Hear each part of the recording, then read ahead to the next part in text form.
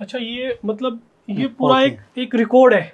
हाँ, क्या इसके अंदर जैसे हर एक समाज में एक जाति विशेष वर्ग है, क्या यहाँ पे हर किसी जाति का मिलेगा? तब ये सिंगल, मंगल, कंसल, गायल, बिंदल, जिंदल, महावर, ऐरन, जितने बनियों के गोत्र हैं, हाँ हाँ हाँ। अब वो क्षेत्र वाइज हैं कि किस क्षेत्र में रहने वाले हैं। आपको बताऊं, बहुत से लोगों को ऐसा पता भी नहीं होगा कि ऐसा भी कुछ रिकॉर्ड है।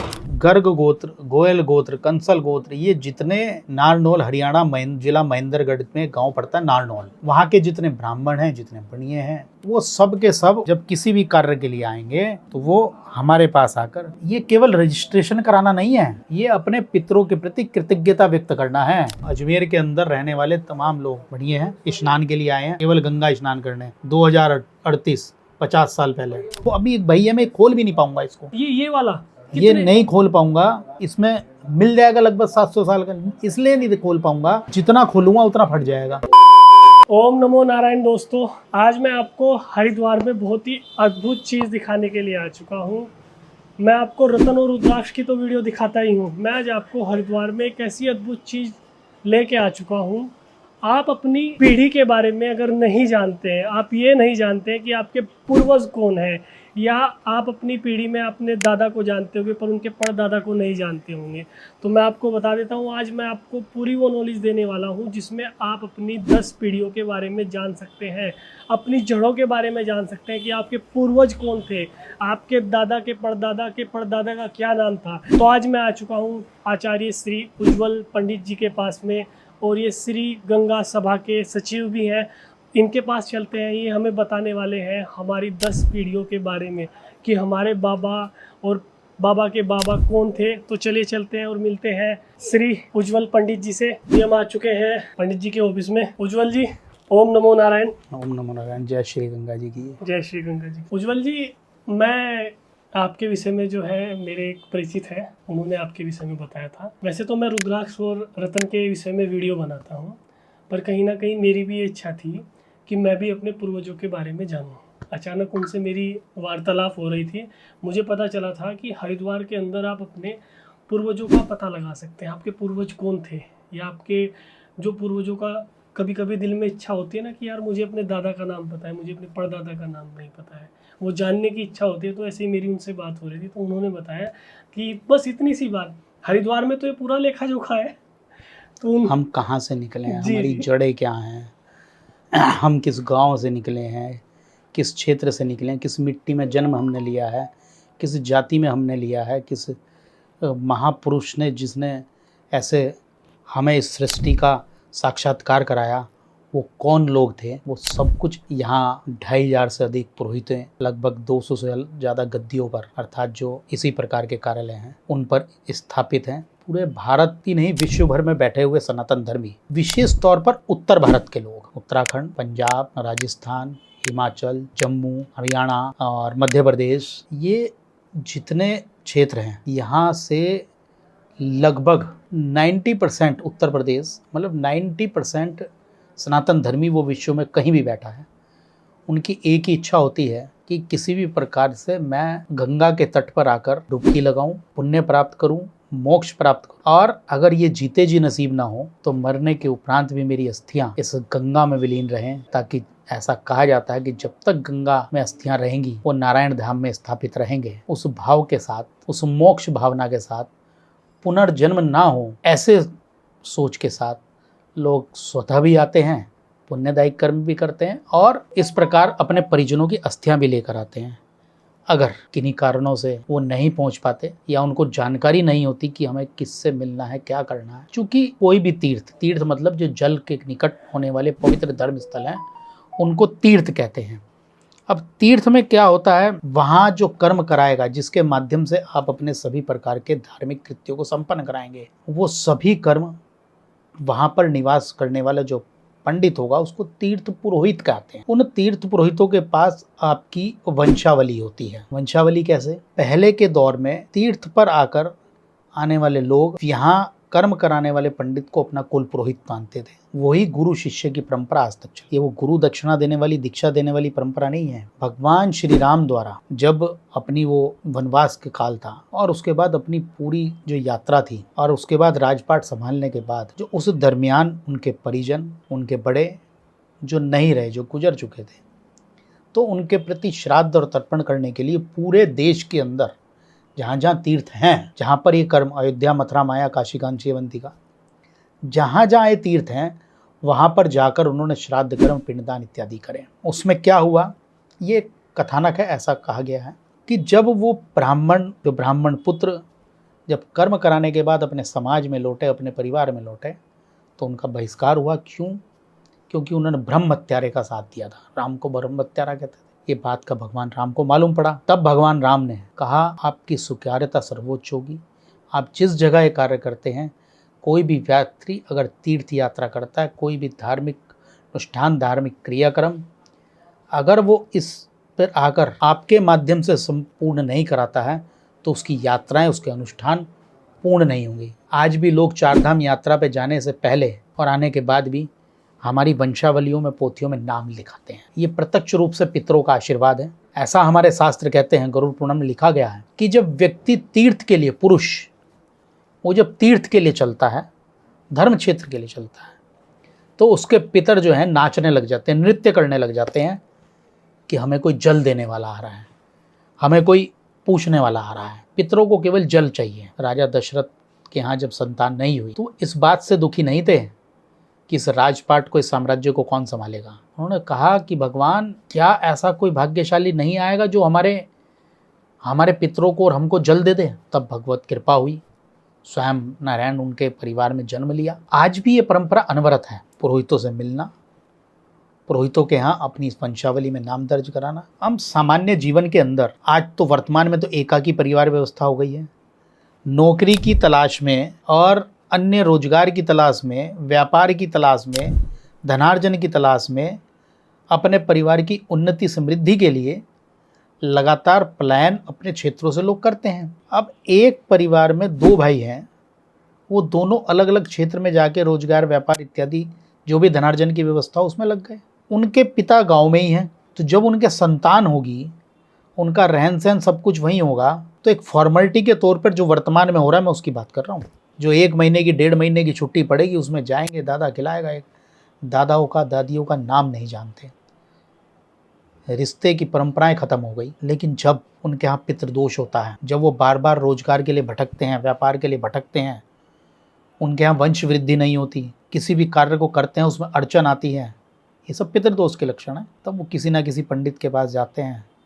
तब उन्हें पता लगता है कि जिनके कारण हम इस सृष्टि में हम आए हैं, जिस सृष्टि का साक्षात्कार, जिनके मिलन के बाद हमें इस सृष्टि का साक्षात्कार हुआ, उनके प्रति भी हमारी एक कृतज्ञता है। उसे कहते हैं पितृ ऋण। तो हमने तो उस ऋण को चुकाया नहीं।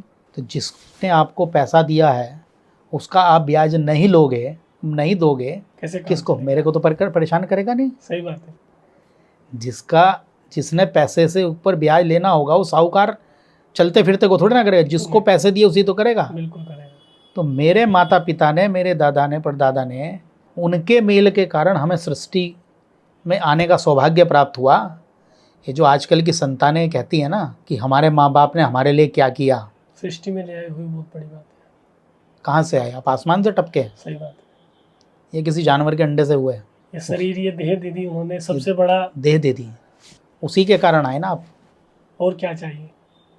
उनके कारण आप इतना भी नहीं कर सकते कि उनको एक जल दे दे। जल, हनी, जल कुछ नहीं चाहिए। भगवान को तो फिर भी पत्रम पुष्पम तोयम चाहिए। पितरों को खाली केवल एक जल चाहिए, प्रेम से जल। अच्छा, मैं एक और वो तो एक जी श्रद्धा भाव है कि हम लोग भोजन कराते हैं। हम उसको, ब्राह्मण को स्वरूप को मान के, वो आस्था मान के, वो सारी चीज़, जो चीज़ ऐसा कहा गया ना, जैसा आप अपने जीवन में करते हैं, जिन चीज़ों का प्रयोग करते हैं, जैसा आप आहार व्यवहार करते हैं, जैसा आहार करते हैं, वही हम उसको कराएं। तो इसलिए वो आप जो बात सोच रहे हैं वो मैं आपको पहले ही बता दूं। लेकिन केवल जल चाहिए। तर्पण करते हैं ना, नित्य तर्पण करने का विधान है। अच्छा, मैं एक और चीज़ पूछना चाहूँगा आपसे पंडित जी। अभी जैसे आपने बताया कि आपके पास हमारे पूर्वजों का सब लेखा जोखा है, और आपने बताया उत्तरी क्षेत्र के जितने भी है तो पूरे विश्व का, हाँ। पूरे विश्व में बसे हुए सनातन में, लेकिन यहाँ जो आमद है ज्यादातर उत्तराखंड में, उत्तर भारत के क्षेत्रीय लोगों का, जिसमें पंजाब है, हिमाचल हाँ। है, हरियाणा है, उत्तर प्रदेश है, उत्तराखंड है, जम्मू है, राजस्थान है, मध्य प्रदेश है, छत्तीसगढ़ है, झारखंड है, ये सब। तो ऐसा आपके पास क्या चीज़ें हैं जिसमें अब तक आपने वो 10-12 पीढ़ियों की चीज़ों को अपने पास एकीकृत करके रखा है, सारी की सारी चीज़ों को, क्योंकि कोई आसान चीज़ तो नहीं है। आपके भी पूर्वज रहे होंगे, उनके पास हमारे पूर्वज आते होंगे। जब हमारे पास आपका हाँ 10 पीढ़ियों का, 12 पीढ़ियों का, जी, तो जी। हमारी कितनी पीढ़ियों को पीढ़ी- लगाओ ना। सही बात है, मैं वही पूछ रहा हूँ, क्योंकि उन्होंने आपको वो चीज़ें दी, तो मैं थोड़ा उस चीज़ को देखना चाहता हूँ, अपने व्यूवर्स को भी दिखाना चाहता हूँ कि ऐसा वो क्या चीज़ है जिसके अंदर आपने उन चीज़ों को संग्रहित करके रखा है, क्योंकि वो चीज़ देखने की मेरी भी बड़ी इच्छा हो रही आपकी है। जितनी उत्सुकता है, जब चर्चा होती है तो उतनी उत्सुकता उनकी है। हाँ आज भी मैं आपके एक सवाल का और जवाब दे दूं, लोग बड़ी उत्साह और जिज्ञासा के साथ आते हैं कि हमें उन चीज़ों को देखना है, किस प्रकार लिखतन है, कैसे वो पुराना पेज मेंटेन है। सही बात है। पहले तो भोजपत्र पे होता था, भोजपत्र नहीं है आजकल, पेज पे वो भी मेंटेन है, दिखा देता हूँ आपको। अच्छा, ये मतलब ये बहुत पूरा ही। एक रिकॉर्ड है। हाँ, अच्छा, मैं एक और चीज़ पूछना चाहूँगा, सॉरी आपको मैं डिस्टर्ब कर रहा हूँ। क्या इसके अंदर, जैसे हर एक समाज में एक जाति विशेष वर्ग है, क्या यहाँ पे हर किसी जाति का मिलेगा? देखिए सबको अलग अलग क्षेत्र वाइज बटे हुए हैं, कहीं गोत्र वाइज बटे हुए हैं, कहीं क्षेत्र वाइज बटे हुए हैं, कहीं जाति की तरह बटे हुए हैं।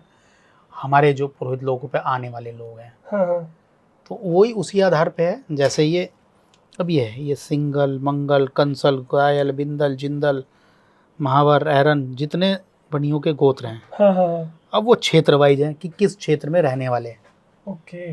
कोई जैसे मेरे पास कोई नारनौल का इलाका है, नारनौल हरियाणा के पास जिला महेंद्रगढ़ में एक क्षेत्र पड़ता है नारनौल।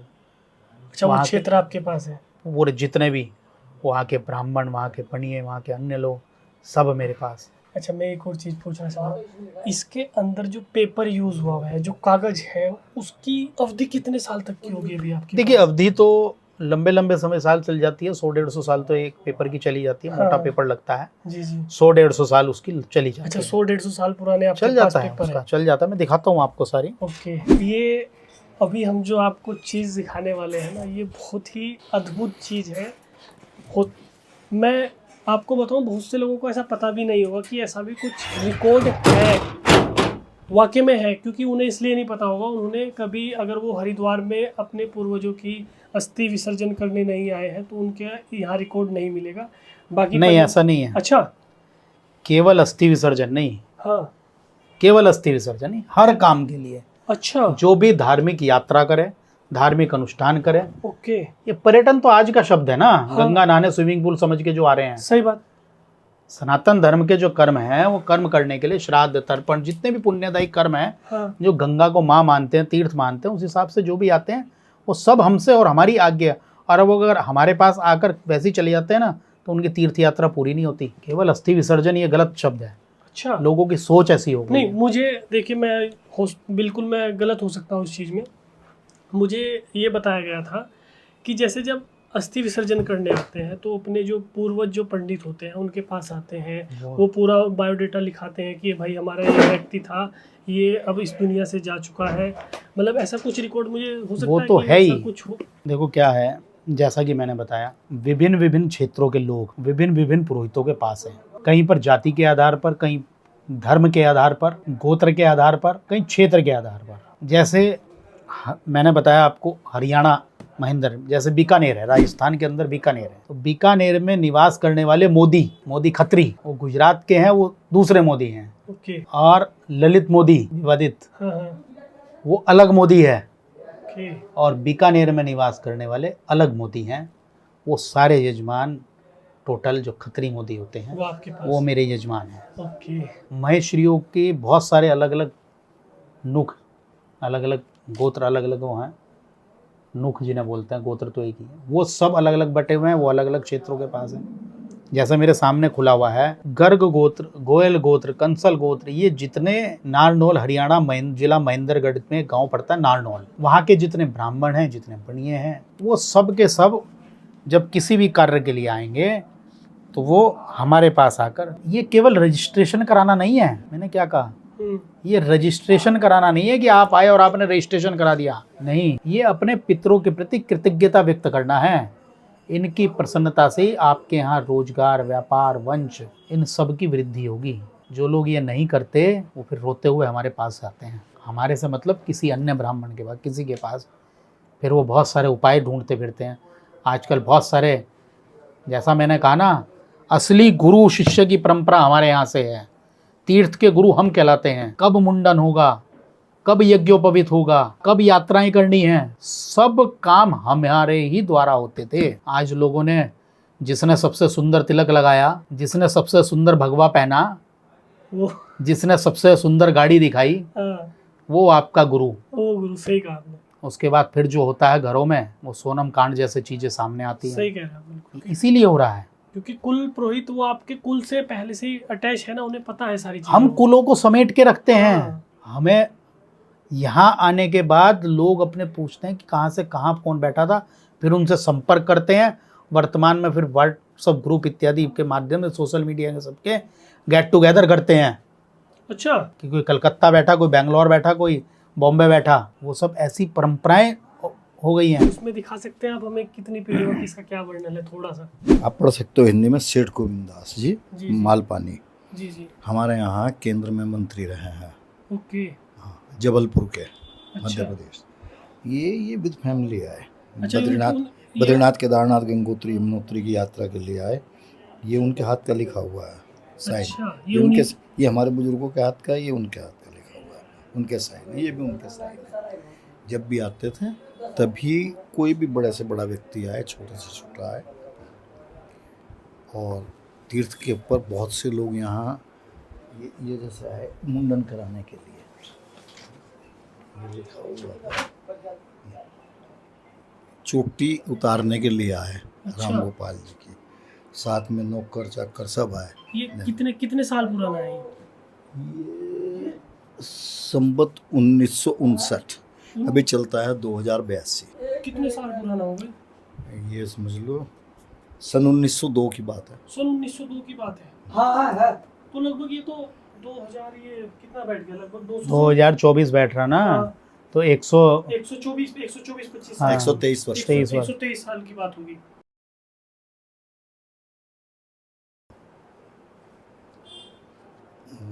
ये उससे भी पुराना है। अच्छा, ये उससे पुराना है। ये संबत 1700। अच्छा। ये 1701, अभी चलता है 2082। 2082, तो लगभग 381 साल पहले। ये जैसलमेर का रिकॉर्ड है।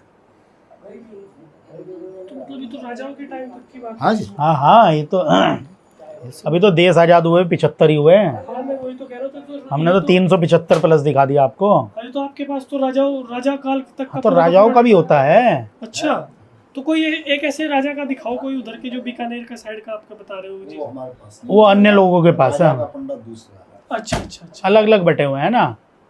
ये हमारे पास महेश्वरियों का, मारवाड़ियों का, ओके। बनियों का, ब्राह्मणों का, इनका, राजपूतों के जो राजा रहे उनके है। अब ये देखो ना, ये अब लोग एक बात सोचते हैं जी कि अजमेर में अजमेर शरीफ बन गया, हाँ हाँ तो वो सारी उनका शहर हो गया। जी जी।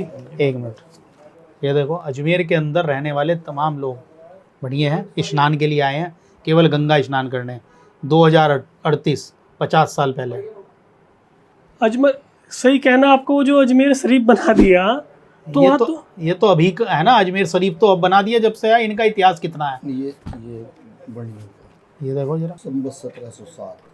ये 1700 साल पुराना। संबत 1707। 1707, अच्छा, 2082 चल, ये लगभग ये मान के चले हम, वही 350 350 साल प्लस हो गया। हाँ, क्योंकि हिंदुओं में तो संवत चलता है अपना। 400। हाँ। हर की पौड़ी की सीढ़ियाँ बनी, उसकी प्रतिष्ठा करने आए यहाँ। अच्छा।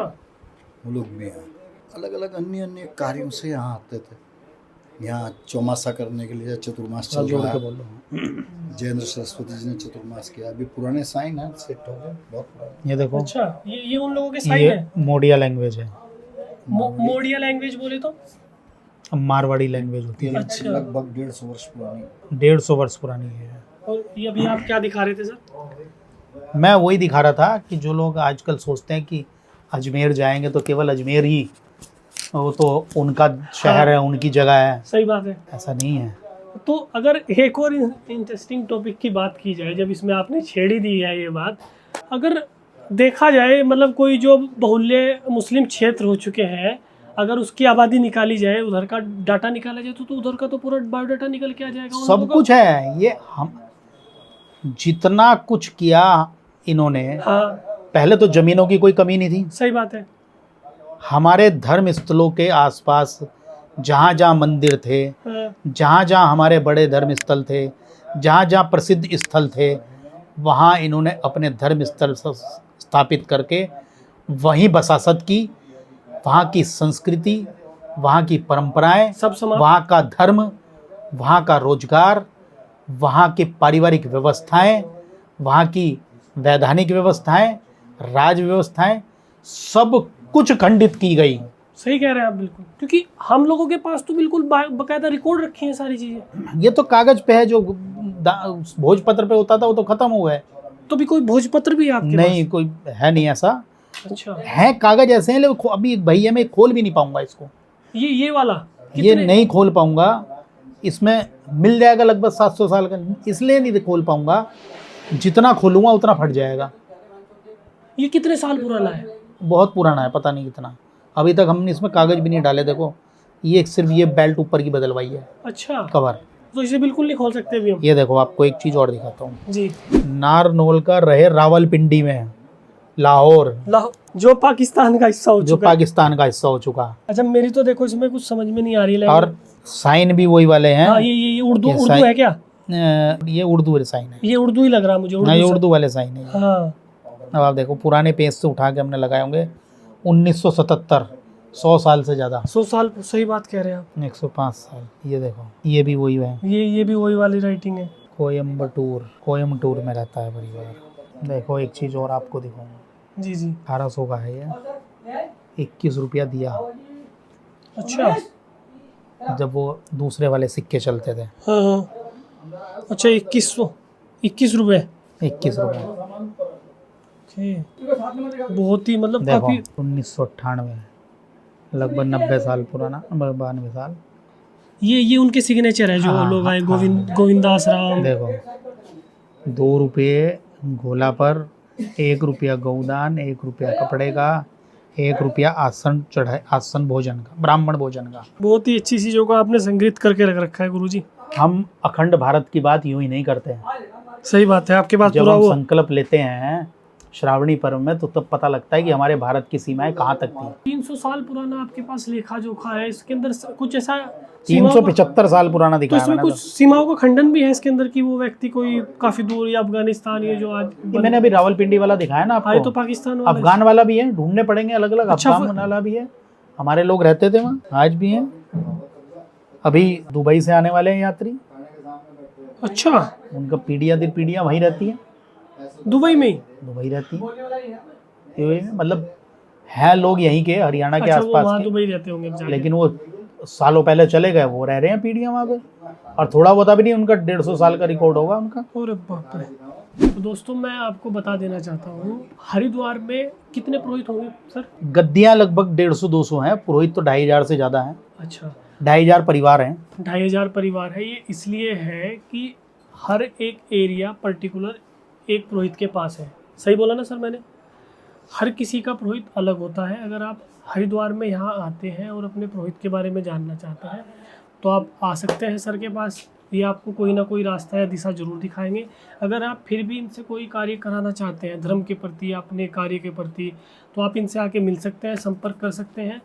तो वीडियो अगर आपको अच्छी लगी है, वीडियो को शेयर कीजिएगा और अपना एक प्यारा सा सुझाव हमें कमेंट के जरिए ज़रूर बताइएगा कि आपको वीडियो का कौन सा पार्ट अच्छा लगा है। तो वीडियो करते हैं यहीं पे समाप्त। नमस्कार।